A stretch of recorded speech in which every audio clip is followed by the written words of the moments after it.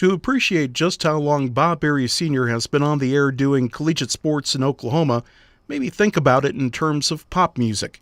Berry's first year of broadcasting OU football was 1961. Let's twist again, like we did last summer. And Chubby Checker ruled the airwaves.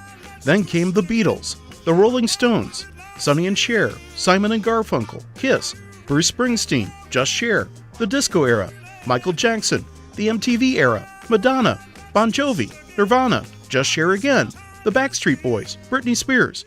And before you know it, the year is 2010. Now, Lady Gaga probably has no idea who Bob Berry Sr. is, but Oklahomans sure do.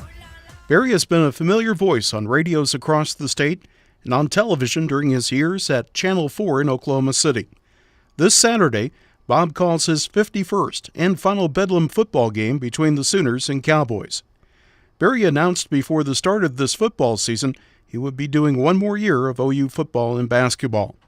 Bedlam has special meaning for Bob Berry Sr., in part because he's been on both sides of it. After 12 years with the OU network, a change in rights holders made Berry a free agent, and he ended up calling OSU games from the mid-'70s through 1990. Berry returned to the OU assignment in 1991. Now, while Berry appreciates what he calls the good-natured back and forth between those who wear crimson and those who wear orange, he does get irritated with people who take this series far too seriously. People try to make it a mean thing. It's just a game, for heaven's sakes. Football or basketball, it's not life or death, and it's great to be to razz the other side and all that, but there's no, as far as I'm concerned, there's no big mean feeling there one way or the other. Having witnessed a half-century of Bedlam, some games stand out, including the one in 1985, the notorious Ice Bowl game. Now, Berry had missed some OSU broadcast earlier in the season because of a heart procedure. Now, in a freezing cold booth in the Lewis Field press box, Berry recalled his doctor telling him to avoid extreme weather. And after that game was over, I had to walk from the press box to my car there in Stillwater, and I tell you, I was scared to death because I was about to freeze to death, and the doctor had said, don't get too cold. Well, I was very appreciative when the Rodricks, Myron Roderick, the athletic director at the time, and his wife, who were so great to my wife and I, they said, why don't you spend the night with us? So I did. I spent the night with the Rodricks and drove back after it was a little better weather the next day. But that was kind of a scary thing for me. The Ice Bowl is definitely a memorable event. Another memorable Bedlam for Berry came in 1988 during OSU's magical year of the triplets. Hartley Dykes, Mike Gundy, and Barry Sanders. Two wide receivers to the left and one to the right. Sanders at tailback from the 33. Gundy gives the ball to Barry Sanders up the middle. 35. He's at the 40. He's at the 45. He's at the right to 50. 45, 40. 35, 30. 25, 20. 15, 10, 5. Touchdown. Cowboys. That excerpt courtesy of Michael Dean at the Oklahoma Historical Society.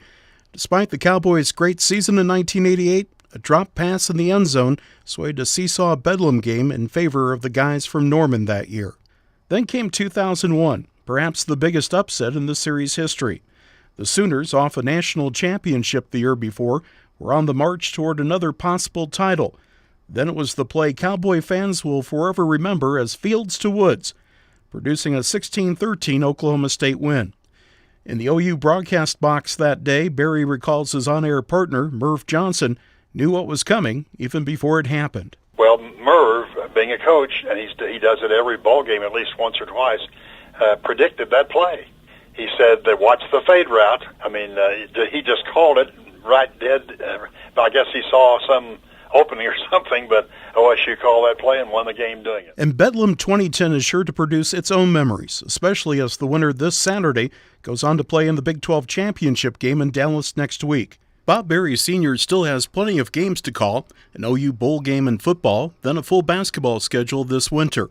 But with the end of a collegiate broadcasting career spanning more than 5 decades on the horizon, Berry looks back with happiness on a career he's loved. I've always wanted to be in broadcasting and wanted to do play-by-play, and on the radio, I love radio. And not that TV's okay, but radio is my first love, and I've just been so fortunate all these years to do what I love to do and get paid for it without having gotten fired. There's a book now available called Voice of Bedlam, The Life of Bob Berry, written by Michael Dean and Bob Burke. It's available through the website oklahomaheritage.com.